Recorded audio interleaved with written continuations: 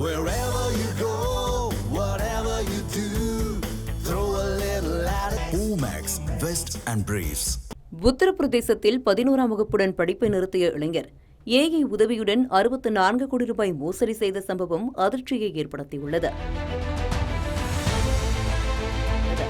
குஜராத் மாநிலம் சூரத்தை சேர்ந்த நபரிடம் பிஎன்பி வங்கியின் போலி செயலி மூலம் 5 லட்சம் ரூபாய் பணத்தை மோசடி கும்பல் ஒன்று திருடியது.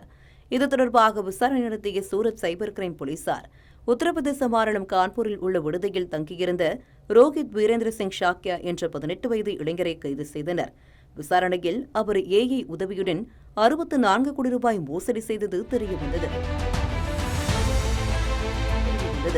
11ஆம் வகுப்புடன் படிப்பை நிறுத்திய வீரேந்திர சிங் ஏஐ கருவிகள் மூலம் பிரபல வங்கிகள், பிஎம் கிசான் மற்றும் ஆர்டிஓ சலான் கட்டும் செயலிகள் போன்றே தத்ரூபமாக போலி செயலிகளை உருவாக்கியுள்ளான்.